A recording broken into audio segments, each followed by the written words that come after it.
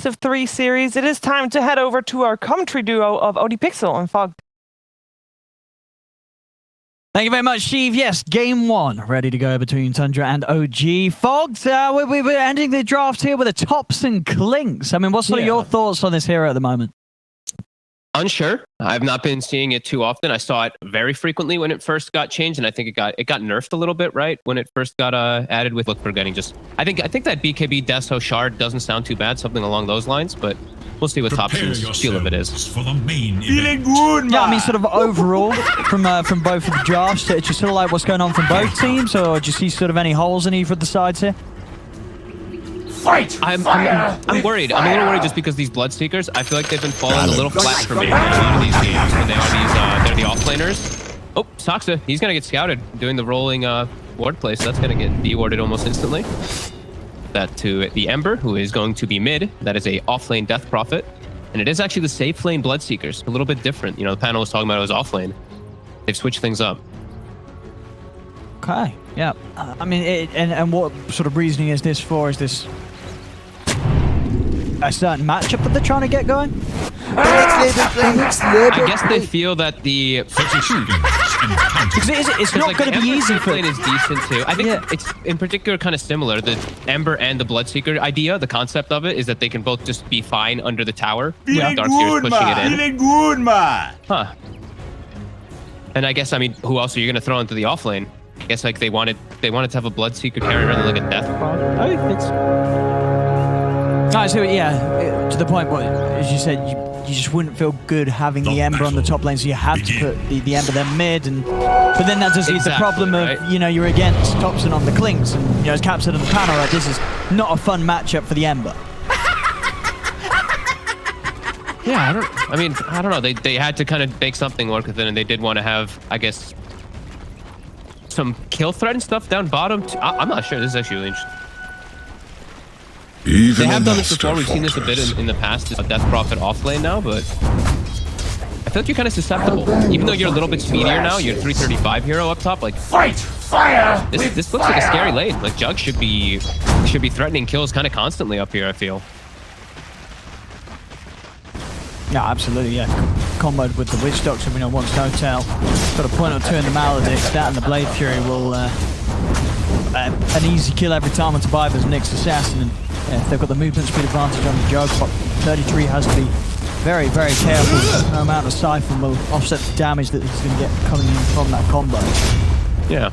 This is cool though. I'm trying to like think of like, I guess it's just because Skitter can actually do the best in bottom too. I'm trying to really think about why they would want to have against this setup, because it's quite a powerful duo lane, right? This Earth Spirit Darkseer. You know, once there's a few points in the Iron Shell, they're going to be playing aggressive in your face. Yeah, but with Grimstroke and Bloodright, right, they can spam the wave out so hard that they probably don't have to worry about it. Yeah. But they could have also put Death Prophet there, but then maybe, I don't know. This is just probably the best lane that they figured they could have it all set up as, because it's going to hurt the Ember a bit here, but I think I think he'll be able to get last hits anyway. Even though he's going to get pushed out a bit, he'll be able to farm under tower as a simp. Yeah, we'll see.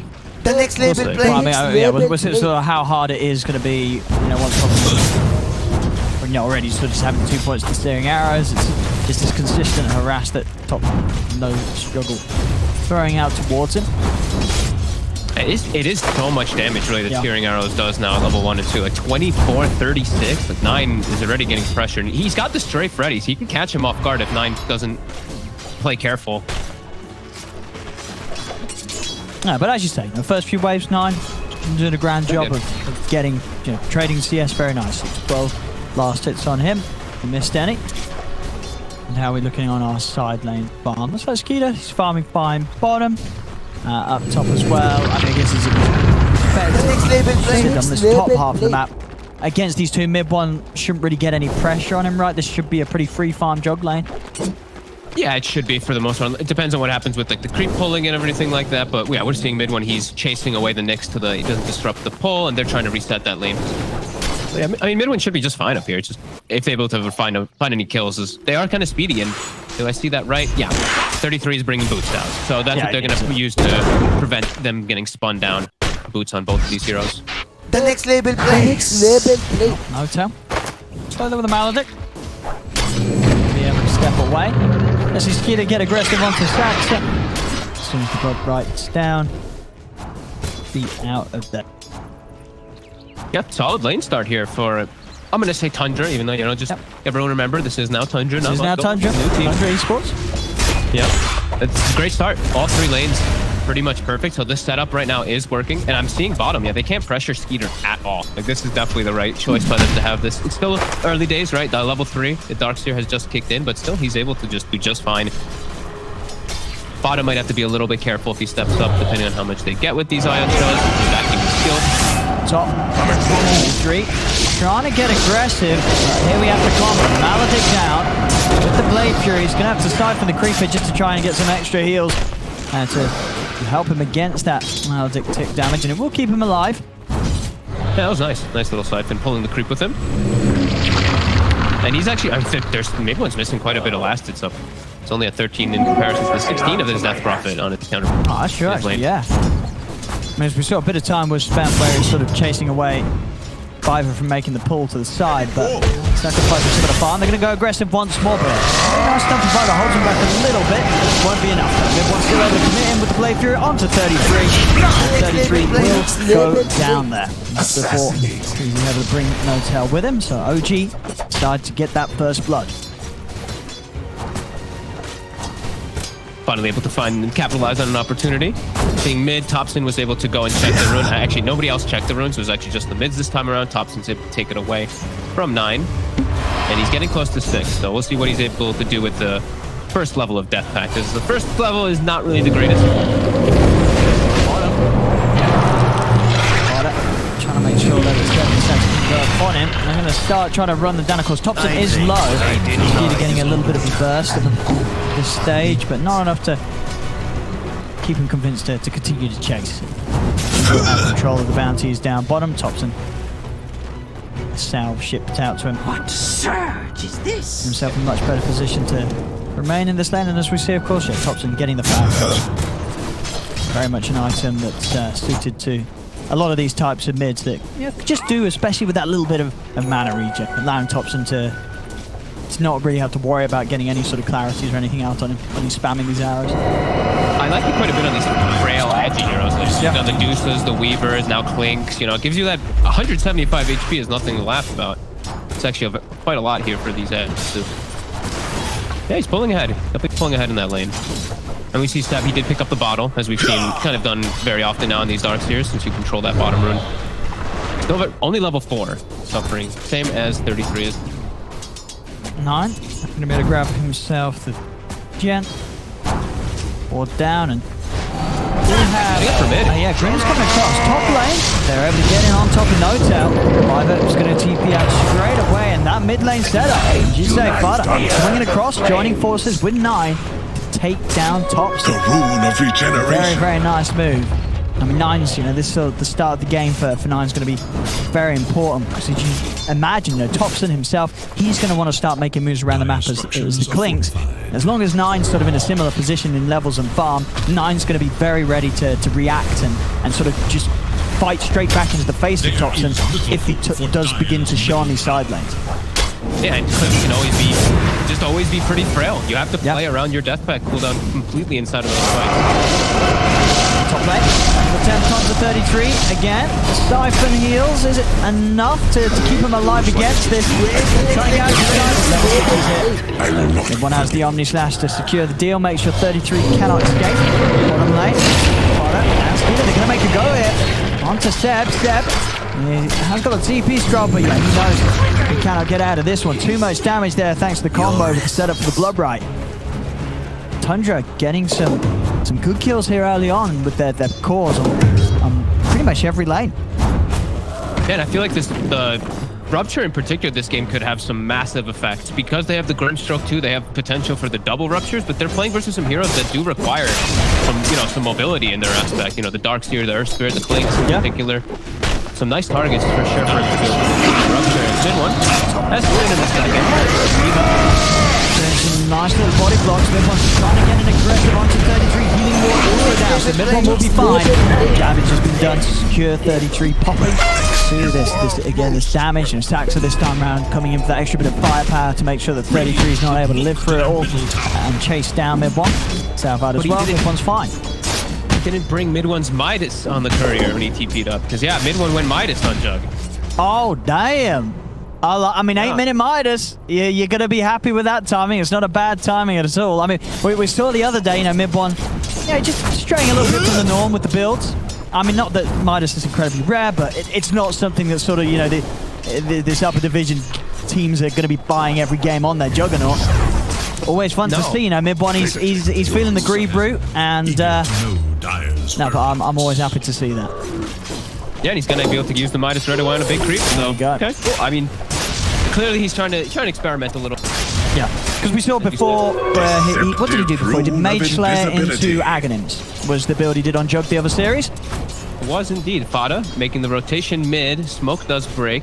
Thompson's Death Pact already just ends. There's a reaction here from OG. They're going to go across. These first gun does connect onto 2 of them, but there's 4 members of OG here. Right, having to be a little cautious, keeps himself to the side. They'll try to chase toward Fada. It looks like OG won't actually be able to catch either of them there. Not losing a hero. They'll keep their mid alive, keep Thompson safe, but won't quite be able to catch even members of Tundra there. That might be the name of the game a lot of the times in this game too, is just unable to really catch. A lot of this catching is really going to be pressure on Soxa. As we see, he's playing versus Elusive Ember. They only have the Witch Doctor stun beside him, really, with the Darkster backing, which doesn't really count. But 9 will get cast up. No tail will at least force his hand. Has 9 has he got anywhere out? No, I'm interested to see what Midbone's going to buy after this Midas, because you see this inventory, like the brown boots, Midas, triple branches. I wonder, is he going to go for something like a bots or a Battle Fury? I hope so. That's the true Jug build. Yeah, Midas into Battle Fury. We'll see if that's on the mind of Midbone. See if he knows. I'm thinking he's gonna do something crazy. I feel so right. When you see nothing queued up, because you don't queue something up if you don't want your teammates to know what you're gonna buy. You know what I mean? He knows in his head, I'm gonna buy this item, but I don't want my teammates to know. He's got the bots queued up, man. Has he got the? He's got buy the spots. This is the Ben Wu, right? The Merlini build. This is the Merlini build. I think it was Notail was the one who was saying, or who was the one? One of them on their team. If you're trying to learn anything, don't learn from us, because they're Midas spots coming to a pub near you. Let's see. And I've seen Thompson building this item on heroes in pubs. Yeah. He's building the Mage Slayer on the Twinks. I mean, it's a good item. It's a good item. You think, oh, it's just some. I think so too. It's what, magic resist, agi damage, a debuff, all for the great price of not a lot of money. Really, it's not that expensive in an item if you sort of consider just all the different things that it does offer. The thing is that it has a cloak in it. Like it's like a cloak is like the most valuable item in the game itself. There you go. They're able to close the gap in. The setup's there. He's down and out. My God, they threw everything on. Wait, did they rupture him as well? Too. Oh right, they really didn't want him getting out. I mean, he's dead. We can confirm. Into a tower push. Yep, goes out. Same time, OG gonna look for the split push down bottom. He knows he gets this, that's going to be the bot stall done. 9, he's in, looking for that healing ward. We'll get it. Try and go in up onto him. Put down, but 9, he's prepared. Remnant back to the mid lane. 9 is away, out of danger. Yeah. Himself a nice, easy tower. And 33, he's also gone for a Falcon Blade. I'm not sure if you pointed that one out. No, I didn't actually. Lots of them. Yeah, Falcon Blade definitely on the up right now. And mid one, that's his bot's done. So we can only imagine where he's going to go next. Midas spots Battle Fury. Midas spots Battle Fury. That's the build. I think he's going to be I think he's going to get the Manta next, right? I think he's against this sort of lineup or something, dude. No, he's not going to get Radiance. He's not doing Radiance. Mid one's insane. I think Battle Fury's definitely on the cards. All right. I mean, I'm trusting you. This looks like one of the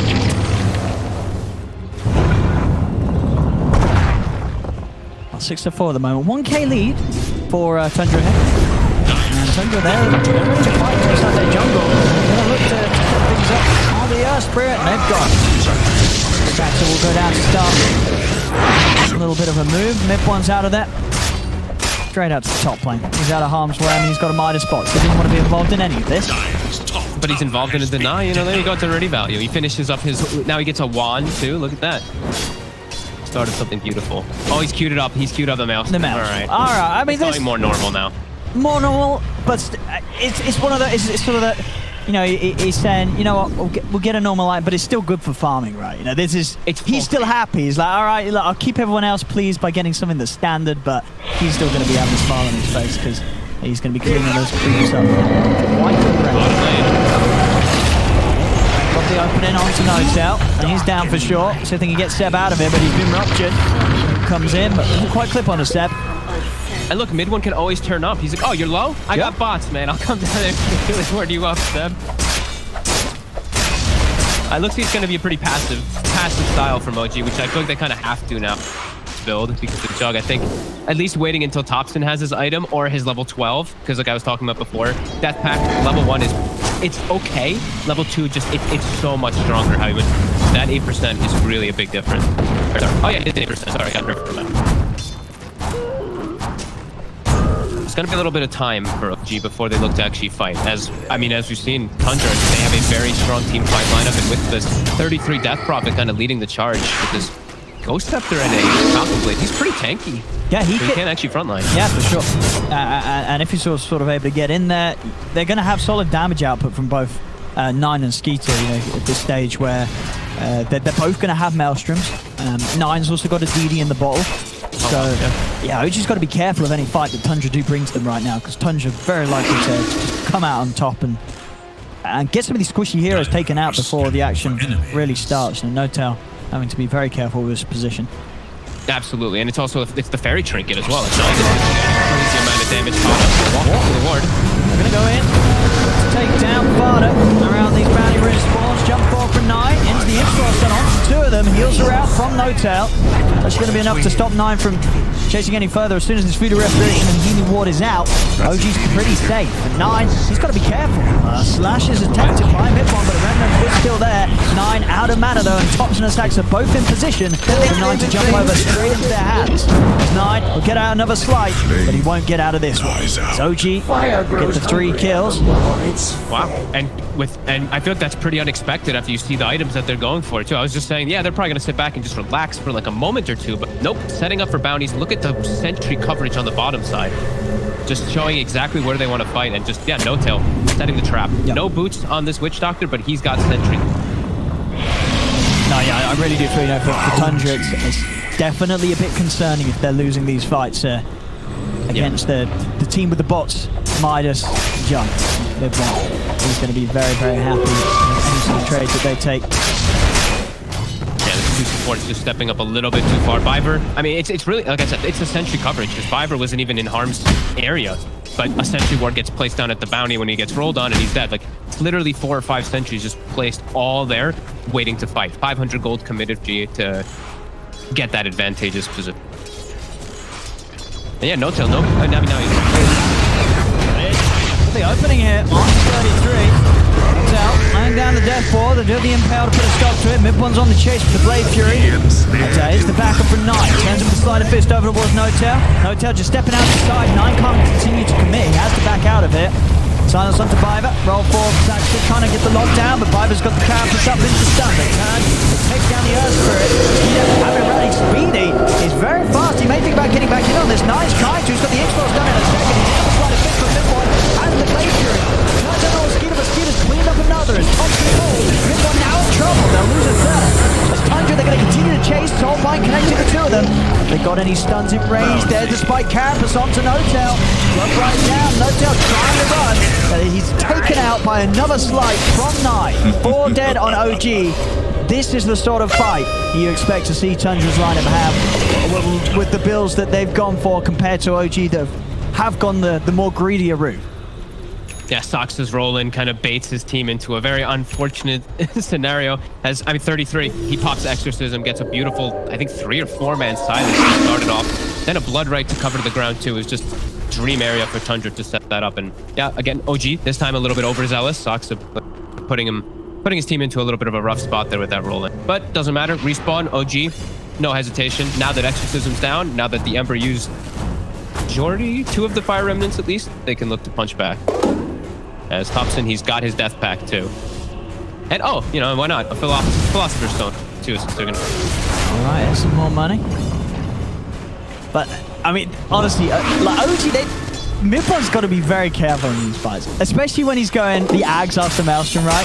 They don't have any saves other than the Surge, and there's a lot of things that you would imagine as a judge you're probably wanting to Manta off when you look at Tundra's lineup. So if Midbot ever gets caught by like these silences or roots, he's going to be in quite a lot of trouble. So they really do have to be careful, OG, how they fight with Midbot's judge. Absolutely. I mean, it's a very unorthodox, but it's very his style. Like you said, if he's able to make it work somehow, he's going to be a little bit, I guess, tankier with his stats. But like, yeah, it's going to be weird how he has to approach the fight. On Tundra 9, it's going to be going for the BKB next, already about halfway through it. We see again 33's build, pretty perfect. That just sort of just getting as tanky as he can as soon as he can. You know, as we said already, the hood and the Ghost Scepter. Now looking to finish up with that hood into an internal shroud. Yeah, he's going to be quite the front line. He's just going to be able to step forward, pop those ghosts, and they're really going to have to just sort of focus all the physical damage output onto him. But then, yeah, the Ghost Scepter, they can't really do that. There's nothing to sort of take it off him right now. So, yeah, 33's offlane DP is going to be a huge issue in these team fights for OG. Yeah, they're going to have to play really well around Exorcism. Either, reset as soon as it's popped, or just aim for him somehow at the start of the fight. So I really feel like he's going to be the biggest thorn in their side. He has the Eternal Shroud actually done, so he's going to be very problematic. Despite characters, he's making them work for it. Mask out, and goes bouncing on two of them. Viper. Oh, yeah, he's going to be gone because of that one. Unfortunately, Viper there, 33 coming in next quarter. Viper trying to set things up with the stall mine. 33 is ready to go in with his careful on the high ground. He's trying to keep the shot at the side. We'll step away from it for now. Viper comes out from Viper with a bombing staff from Midbomb, finds the perfect target. He's able to fully commit onto the Death Prophet. 33 after the Ghost Scepter has been used. And of course, 33 has no save then against that. As this time round, Midbomb able to find a clean opportunity to take down an important core. It's pretty huge too, sure. OG, they committed after him. That was like an 8-second duration exorcism, then now 2-minute downtime where I feel like OG, they can take advantage of that pretty heavily. Really does feel like Tundra is relying on that. As Viper gets a great setup on mid. He's going to be in a lot of trouble. Saxon trying to come across. He's got a bit of burst steal there. As Thompson's able to stand his ground and turn. In fact, Viper's going to fall. Couldn't quite kill him in time. As Thompson able to, of course, just quickly grab something up with the Death Pact and have that extra bit of tankiness to withstand that attempt from Tundra. He's got a BKB. He's having a fully commit with the H-Shot done as well. They get the kill over to the side. They choose the end of Mosquito. He's ready to look towards his next target. He's got Thompson top of the TP out. The damage to Mosquito is too much. Able to move into position, block off the attempted roll away. And Midbomb coming across though. The cast bounce is causing issues for Tundra as Midbomb. He's just cleaning up with the Blade Fury. A few more out of this. Skeeter now with no BKB shots ready to pop. He's got to run. But Midbomb is trying to go on the chase with this boosted travel movement speed. He's able to use to close the gap. Stay on top of the Bloodseeker. It's going to be another one here for AG. Look at it go as Thompson even tips no-tail. Those cast bounces. Oh my god. Picture perfect. And I feel like it was just out fighting them there. Chasing in Viper too. Trying to defend it, but he's down. Another kill for Midbomb. As Midbomb's really doing it here with what could not really be described as anything less than some sort of like mega Chad build, with this Midas spots, Maelstrom Aghanims. I mean, and Aghanim Shard. You don't get more impressive than this. You know, he has no fear against their lineup. He's just ready to start killing people, and he is. He really is. 6-1 and 7. I cannot believe how much he's owning. I mean, all right, well, Pub's ruined. Enjoy Midas. Oh, and here we go next. There's a Swift Blink. We saw him fix this into his build when he had the Mage Slayer Ags build the other day. And, I mean, Swift Blink's amazing. Did, of course, when some of the new Blinks came out, it was pretty much the weakest right. But the recent buffs have just made this a very appealing item to get on these Agi characters. Especially Juggernaut. Blink, then you start with Flash with the bonus damage, bonus attack speed, then you're going to spread. Pretty cool as mid. Fight's kicking off. Look at the restacking with the surge. Saxa. No, that was gonna hit Bryce. Oh, and Saxa's out. Back in reset, giving a bit of safety for Saxa's TP away. He can lose nose down. Step, can he get out of here? The chase is going to be on. To 33 down. Thompson, he's ready to sneak back in and looks to kill 33. 33 pops the ghost step to the siphon. Keeping him alive a little bit. Silas down onto Thompson. They've got the follow-up stun. Can they keep 33 safe? But out of here they can. 33's away. Meteor Hammer comes crashing down to Thompson. So there's the wraparound from Missile. Comes in with the switch flash to get the kill. And does they get out of there? No, he wants to stick around. He's led back in. Here comes the Omni Stash. He's a big one as well. 9. He tried to throw a Remnant out, but he's low on mana. Phantom's embraced there in time. Ultimate one is 9. Will be okay. Turns will slide a fish chains onto the 2 of them. Butter and 9 still rather low. They've got to stick away from mid-one. Another slash jump. Butter pops the first one above. Mid-one's got the chase with the Blade Fury. Has the magical damage to kill him off. 9. Remnant still prepared off to the side. He'll make it away. But it's looking a little scary for Tundra here. They're down 3k, and they're just having to run the hell away from this Juggernaut anytime they see him, as Mid-One's ready to chase down and kill them all. That was such a weird way that it all kicks off too. I'm seeing 33 running through a wall of illusions, and the skeletons from the Clinks are actually killing him at the same time too. Then Thompson full commits, somehow baits them to where Mid-One's going. Mid-One gets a wraparound. I mean, this is just constant fighting. As you obviously come to expect from OG, but a little bit of a different kind of style here with Mid-One. He's got the Eagles. I mean, he's unbelievably so farmed. 24 minutes in with this amount of farm. Level 21 as well too. I mean, they're trying to match him. Peter's actually doing a good job with 7, 1, and 9, but he's still getting out farmed. They're looking for a fight now though with Exorcism back up. Fiber. They want to catch Mid-One somehow, but it's so hard. Silence into the stun. And they're looking down long enough to finish. Trying to run Mid-One. Can they kill him off? They can. They will get it. They may lose a lot of heroes for this. The skeletons are out. They've got to keep themselves to the side of it. They've lost 2 cores for this attempt on Mid-One. They're going to lose a third. 33 cannot escape as they throw everything onto killing off this Juggernaut. But it cost them 3 cores to just kill Mid-One. Thompson just holds his ground and just right-clicks, pops the strafe, puts down the skeletons all over the place too. And like we said, committing everything in order to kill him. He's ready to look for more. Fiver's trying to hold back Thompson with the combo.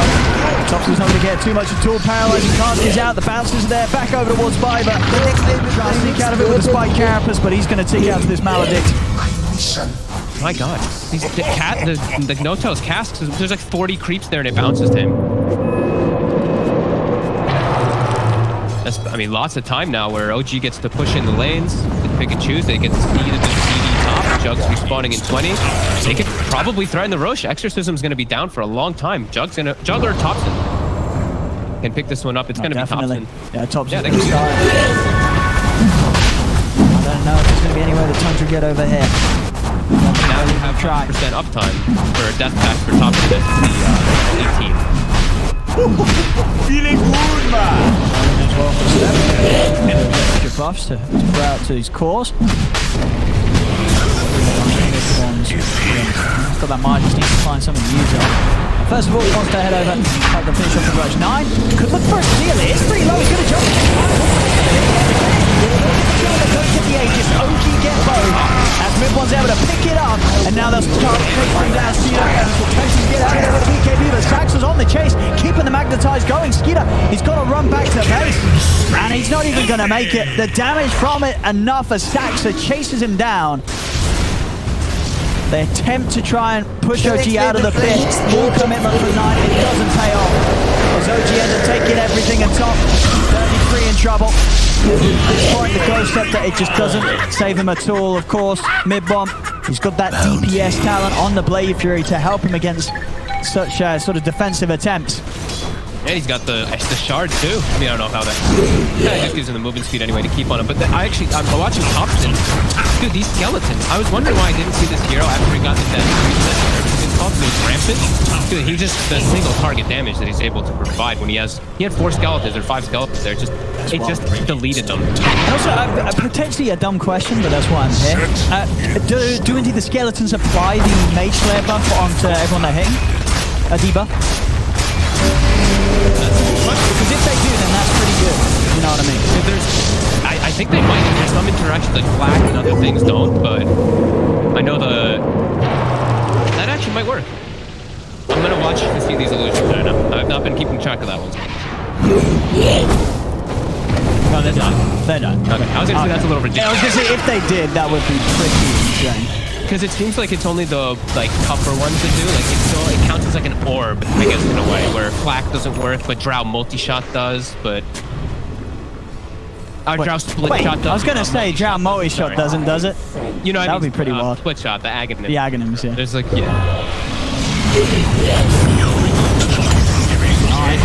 Time to pop his BKB here. And he's gonna look to try and turn towards Saxon. Saxon has been ruptured. Rubberized down, Saxon. He should drop it. Get Saxon. Can they get anything more though? Mr. OG grouped up, tight and ready for Tundra to try and make an attempt on them. Last is out. Thompson chasing him. Goes down. Back in one of the three of them. Mid one there. Play period is 9. He's just getting torn apart. Has the remnant out the side. But will keep himself alive. The swish slash from mid one comes out onto Viper. Here's the Omni Slash onto 33. The Ghost Scepter protecting him completely though from that ult. So 33 will live.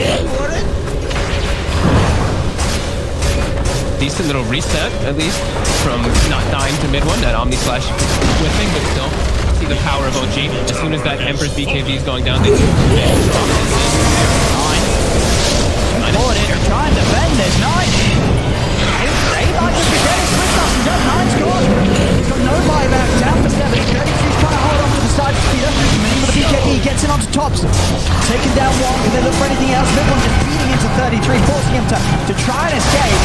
Mid-one, he's still good to go. Popping the Blade Fury, just taking down Peter. The damage farming like the Blade Fury DPS and that Iron Shell. Just kicking out too much damage for Peter to deal with. I mean, Juggernaut's just looking like such a good hero with all these little upgrades that he's got. And now Blade Flurry is, I mean, just your spin is so relevant with this build. You're seeing Maelstrom almost every game with this shard. And this one, I feel like a really good display of how much power it can provide in the fight. Doesn't matter if you're Ghost Scepter, you're just getting so much damage beat onto you as OG. Rallied around with this Dark Seer, just buffing up his Jug. Go the Swift Link. The speed. Swift Link into the Swift Flash. And the damage ain't done by that initial burst with the Aghanim Shard ability. Also the Aghanim's ability, then the follow-up's always going to be there with the Blade Fury and that movement speed to allow you to easily stay on the target. You cannot run away from this jump. Is it again? Here he goes. Significant turn. He will might catch on to it.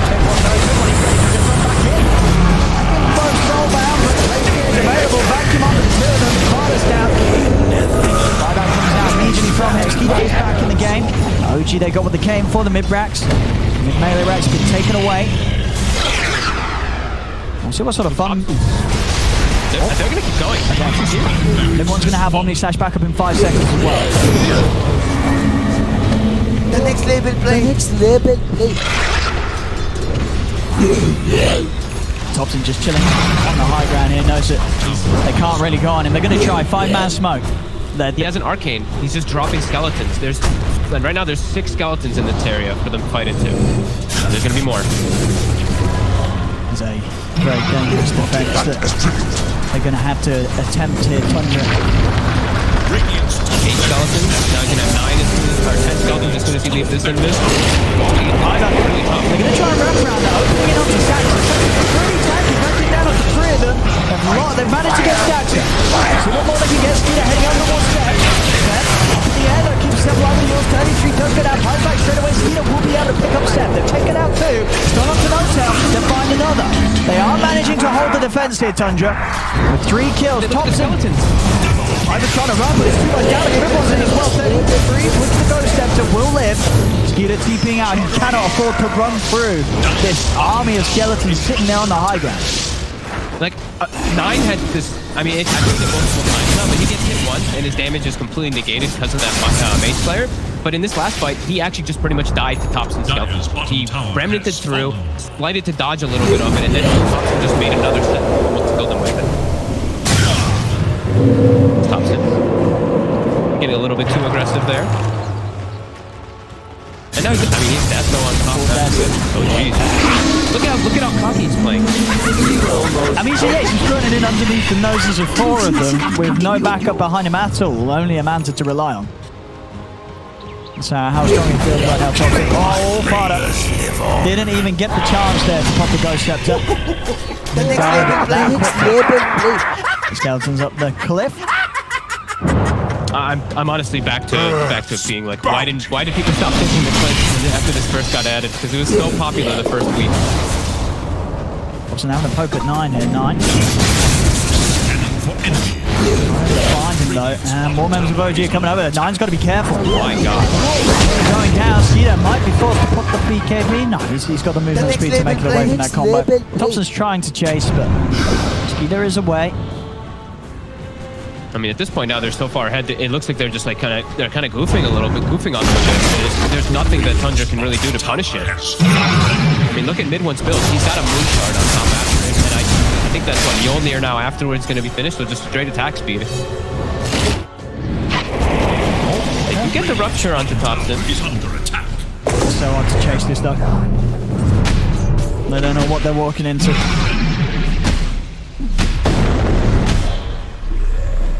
Okay, the maximum attack speed build is online now for Mid1. 0.28 second. I mean, these Swift Slashes are going to have sort of as many attacks in as sort of your average Jugs Omni Slash, with sort of how high his attack speed is. If he's solar crested as well after the Swift Slink, I mean, look at him go. He's just zipping in, zipping out. They can't do anything to contain him. The Soulbind is down on the top of the Staxton. Going to try and commit with the BKBs. Here's 9. Both him and Skeeter are trying to bring down Staxton, but the heal, the restoration and the healing was keeping him alive. Bit more jumps over the back. Keep it all the I think we need to pop it up. That's DP there. That's 33. He'll try and escape. He will manage to do so, but that's 9 down. No buyback on him.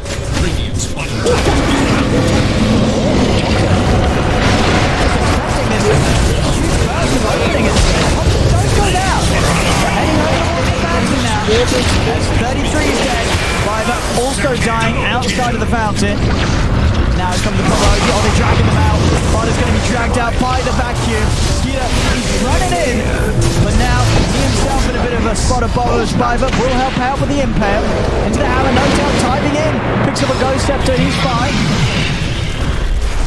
There's OG. Okay, Skeeter gets him. What?